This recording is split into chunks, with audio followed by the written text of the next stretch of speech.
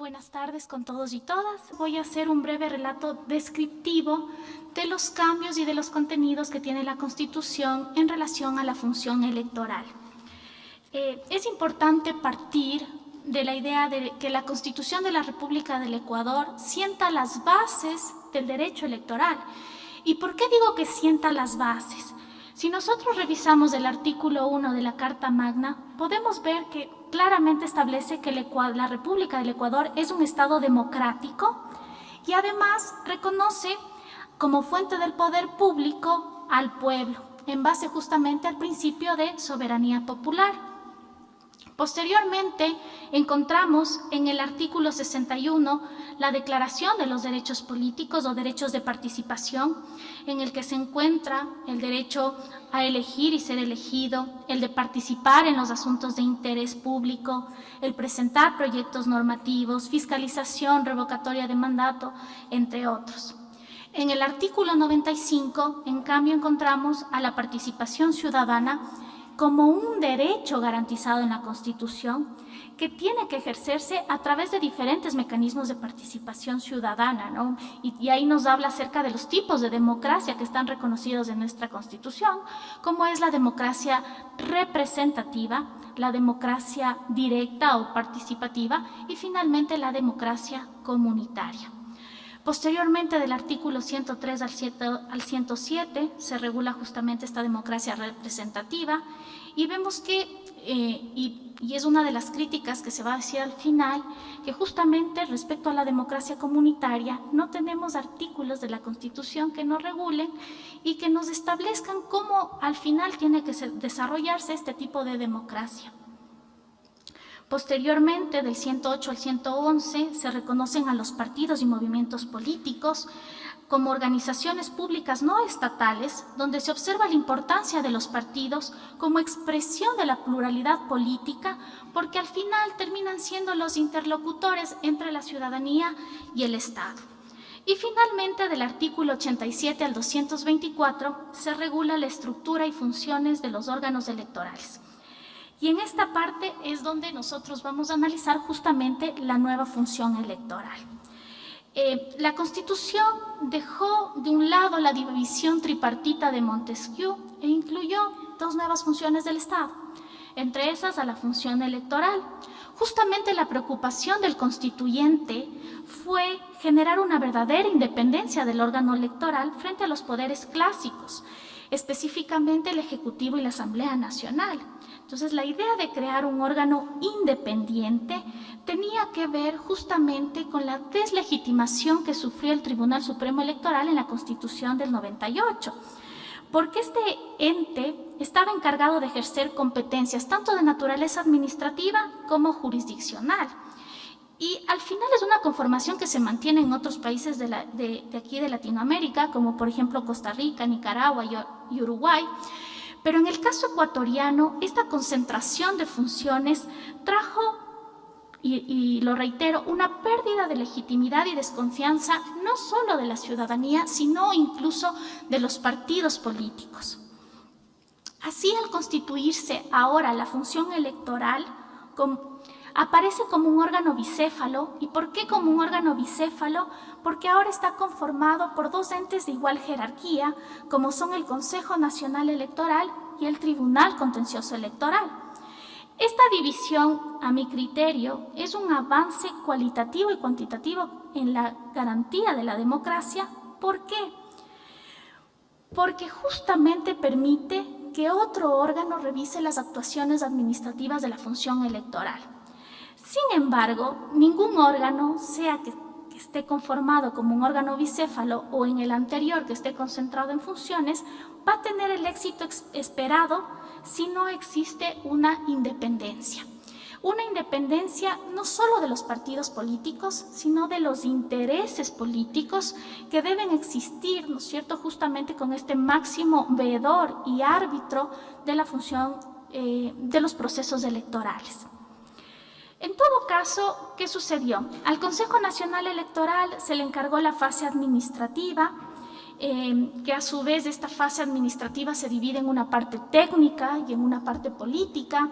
En la parte técnica, por ejemplo, encontramos la organización del proceso electoral, que actualmente se realiza con un año de antelación, justamente para evitar improvisaciones dentro de este proceso electoral. Y así encontramos algunas normas, como por ejemplo la prohibición que yo tengo de reformar la norma, el Código de la Democracia y demás instrumentos dentro de un proceso electoral un año antes de las elecciones. Adicionalmente, se realiza el registro electoral y también aquí me parece importante resaltar que muchas veces culpamos a la función electoral de algunas complicaciones que se viven en el proceso electoral, como por ejemplo, al momento de votar, que en el registro electoral consten personas que ya fallecieron. Nosotros echamos la culpa a la función electoral cuando verdaderamente eso se trabaja de forma coordinada con el registro civil. Entonces, aquí tenemos que ver que la función electoral por sí sola no puede desarrollar todo este sistema electoral, sino que tiene que trabajar de forma coordinada con otras instituciones del Estado. Adicionalmente, otra de las competencias importantes de este Consejo Nacional es que al final es el árbitro imparcial en todo este proceso electoral. En cambio, el Tribunal Contencioso Electoral es el ente que administra justicia electoral. Sus resoluciones con el nuevo sistema no tienen carácter de actuaciones administrativas, sino que justamente tienen carácter de sentencias, porque viene a realizar un control administrativo, ¿no es cierto?, de las actuaciones que justamente realiza el CNE. Y aquí me parece importante señalar que si bien son la última instancia en materia electoral, no impide que los sujetos políticos que consideren violados sus derechos puedan asistir a la Corte Constitucional. Y ahí tengo un caso, esta sentencia 00209 CEP-CC, el caso 011109P, donde la Corte Constitucional nos dice que que la Corte Constitucional justamente tiene la obligación de garantizar el ejercicio de los derechos políticos cuando, por ejemplo, decide si una lista de candidatos puede o no ser inscrita o cuando toma decisiones sobre la impugnación de candidaturas, entre otras. Sin embargo, eso no significa que no tengan competencia sobre el control de constitucionalidad de los problemas que pueden emerger en el ejercicio de aquellos derechos. Es más, en el ejercicio de sus competencias, el Tribunal Contencioso Electoral bien podría violentar derechos fundamentales, casos en los cuales la Corte Constitucional tiene la competencia para dilucidar estos conflictos. Y me parece importante señalar esta sentencia porque nosotros, posiblemente que estudiamos el derecho constitucional, nos parece obvio que todas las actuaciones y al estar los derechos a cargo del control, a cargo de la protección, ¿no es cierto?, de la Constitución, le corresponde a la Corte verificar el cumplimiento de todos los derechos, incluyendo los derechos políticos. Y en estas dos sentencias, que les voy a citar posteriormente de nuevo, la 00509 CEP-CC y la 00209 CCC, los partidos políticos presentan estas acciones extraordinarias de protección y uno de los alegatos principales que emana el Tribunal Contencioso Electoral ya en la conformación de la Constitución del 2008 es justamente que al ser ellos última instancia nadie puede revisar sus actuaciones. Entonces aquí vemos nosotros que la Corte claramente ha señalado que eso no es posible.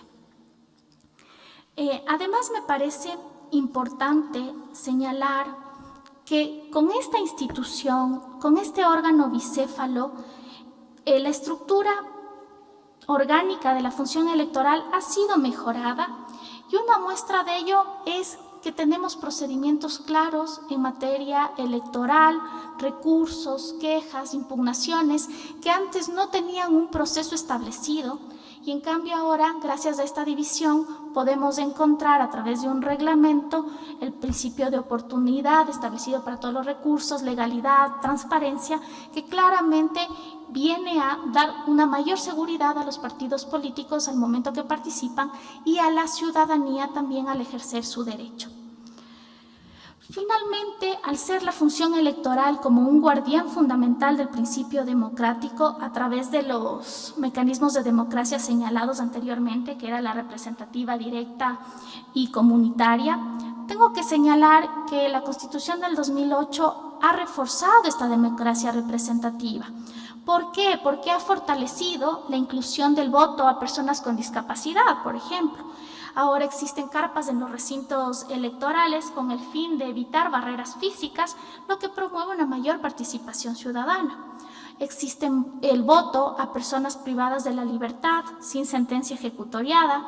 Existe el voto a extranjeros con residencia de 5 años, el derecho al voto activo y pasivo para ecuatorianos que habitan en el extranjero y los diferentes votos facultativos, ¿no? Como a los mayores de 18 años, mayores de 16 años, menores de 18 años, personas de la tercera edad, que al final se ve, ¿no es cierto?, el interés de incluir a la mayor cantidad de personas que participan de la sociedad en los procesos electorales, justamente en garantía del principio de soberanía popular, donde al pueblo le corresponde la toma y la decisión al final. En relación también a este derecho al sufragio, también tenemos el derecho a elegir y ser elegidos. Y yo quería referirme también a 2 sentencias de la Corte que justamente vienen a regular un tema que se incluye como principio dentro de los sistemas electorales, que es la paridad y la alternancia. En ese sentido, me gustaría, por favor, que podamos observar, miren ustedes, el caso de la sentencia 00509 CEP-CC del caso 11209P, donde la Corte Constitucional claramente ha señalado que la equidad de género en la composición de las listas pluripersonales no puede ser tomada de ningún modo como un aspecto de mera formalidad, sino que constituye un tema sustancial que hace alusión al núcleo esencial del derecho garantizado en la Constitución de la República, en los artículos 61, numeral 1 y 2, y 11, numeral 2, que justamente que hablan sobre el derecho a la igualdad y la dimensión formal y material de este derecho. Adicionalmente tenemos la sentencia, por favor la siguiente, la sentencia 00209 CEP-CC.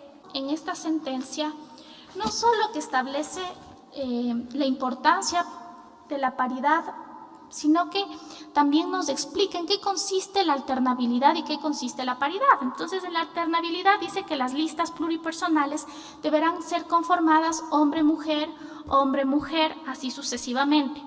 En cambio, en la paridad debe existir igual número de hombres y de mujeres dentro de estas listas pluripersonales, así sea número impar. Entonces, al final vemos que la alternabilidad tiene que ver de una alternabilidad vertical, así como una alternabilidad horizontal. Y me gustaría ponerles como ejemplo justamente las últimas elecciones. Me estoy olvidando de esta sentencia. Las 2 sentencias anteriores que mencioné sobre la alternancia y la paridad de la Corte fueron dadas en el periodo de transición. Sin embargo, la Corte Constitucional actual ha emitido la sentencia 00711-IA, justamente es este caso. Este caso trata sobre el concurso de méritos y oposición para la designación de jueces de niñez y de familia. En este caso, una fundación alegaba que se estaba vulnerando el derecho a la igualdad porque se les estaba dando preferencia a las mujeres con 2 puntos adicionales dentro del concurso. La Corte Constitucional resolvió que eso no era inconstitucional, sino que está establecido como una acción afirmativa. Y uno de los párrafos que me parece interesante de esta decisión, cuando analiza el test de igualdad, la necesidad, la proporcionalidad y si fue adecuada la medida, establece en la parte de idoneidad que la participación de las mujeres es una garantía a la democracia, puesto que una democracia real supone la representación de todos los intereses, perspectivas y valores del conjunto de la población, que incluye a hombres y mujeres, por lo que es una obligación del Estado lograr una igualdad material donde históricamente ha existido una representación minoritaria de mujeres. Entonces, miren ustedes que la Corte actual también ha establecido en su sentencia la importancia de la mujer justamente en la democracia para tratar de ella también como un eje transversal incluir, ¿no es cierto?, todos estos contenidos de género dentro de las decisiones políticas del Estado. Posteriormente tengo un cuadro sobre las últimas elecciones pluripersonales que me gustaría mostrarles, que me compartieron del Instituto de la Democracia. Estas cifras todavía no están publicadas.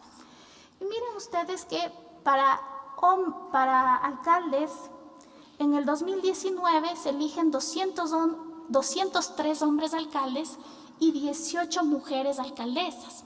Es decir, que aún el 92% de los hombres están a cargo justamente de la autoridad ejecutiva de los órganos municipales. En los prefectos, 19 hombres, 4 mujeres, el 83%. Y en el caso de estos dos que mencioné anteriormente, estoy hablando de listas donde yo únicamente elijo a la autoridad ejecutiva, y en el caso de la provincia en binomio al prefecto y viceprefecto. Sin embargo, ya para las listas pluripersonales, en el caso de las concejalías y en el caso de la elección de vocales de las juntas parroquiales, podemos observar que debido a la alternancia puede existir un número mayor de participación femenina, sin que todavía llegue a ser el 50%, ¿no es cierto?, de los cargos utilizados o de los escaños asignados. En ese caso, miren ustedes, en concejales hay 889 hombres, 395 mujeres, es decir, el 69% está a cargo de los hombres. Y si seguimos revisando, podemos observar que si existe la obligación de la alternancia y la paridad en la conformación de las listas, esto no se refleja al momento de llegar a los cargos de poder, donde lastimosamente siempre al momento de asignar las listas pluripersonales tenemos hombre-mujer, lo que impide, ¿no es cierto?, que las mujeres ocupen la mayor cantidad de escaños. Ya me apresuraron, entonces también quería dejarles algunas inquietudes que lastimosamente ya no pude tratar. Quería hacer una crítica a la democracia comunitaria. No existen textos académicos que analicen la democracia comunitaria. Hay que tratar de rescatar los saberes ancestrales y las diferentes formas de ejercicio del poder. Actualmente existe un grave conflicto con el Ministerio de Agricultura, Ganadería, Acuacultura y Pesca. ¿Por qué existe un conflicto? Porque ellos exigen que al momento de elegir las autoridades comunitarias esté presente el intendente político y un representante del MAGAP, cuando al final eso no es entender esta democracia comunitaria. Y solo me permito recomendarles un libro, porque no hay muchos libros que traten este tema, y es Democracia de Alta Intensidad, de Boaventura de Sousa Santos, que justamente establece este tipo de democracia, y les dejo como ahí una posible pregunta a tratar al final. También me parece importante señalar que existen muchas falencias en el sistema democrático actual. Por ejemplo, de las 25 millones de firmas para escrutar, cuando solo somos 14 millones de habitantes, las firmas no tienen efecto como barrera real de vialidad de los partidos políticos. Hay que buscar otras alternativas. Las organizaciones políticas, del 2013 al 2018 participaron 35 organizaciones políticas, en el 2018 278, 100 se crearon con el Consejo Transitorio. Esto al final causa una deslegitimación. Hace 3 semanas se eliminaron 46. En las últimas elecciones que se reflejaron anteriormente tuvimos 81,000 candidatos y 250 movimientos participantes.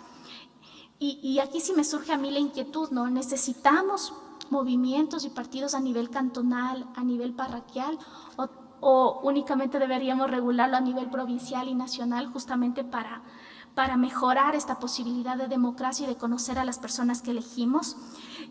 Podemos ver los errores al momento del control del fondo partidario permanente y de las campañas electorales por el Consejo Nacional Electoral. ¿Funciona?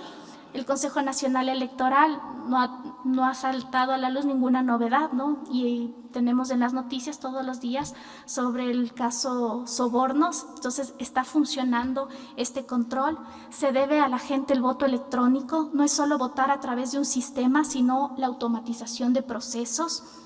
Las juntas provinciales en verdad tienen inducción en materia electoral justamente para iniciar estos procesos y garantizar, ¿no es cierto?, al final la transparencia que implica el ejercer un proceso electoral. No han existido procesos ni convocatorias a concursos de mérito y oposición en el Consejo Nacional Electoral por más de 10 años, lo que significa que no hay una continuidad en los aprendizajes. Miren que cada proceso electoral deja una enseñanza y es por eso que se necesita crear estabilidad institucional justamente para fortalecer todos estos procesos. Y al final todo este know-how que la gente adquiere dentro de los procesos electorales se elimina en vista de cambios, ¿no es cierto?, constantes en las personas que trabajan dentro de este proceso electoral. Al final, al momento de preguntas, podría tratar alguno de estos temas que al final ya se concluye el tiempo y no los pude tratar. Muchas gracias.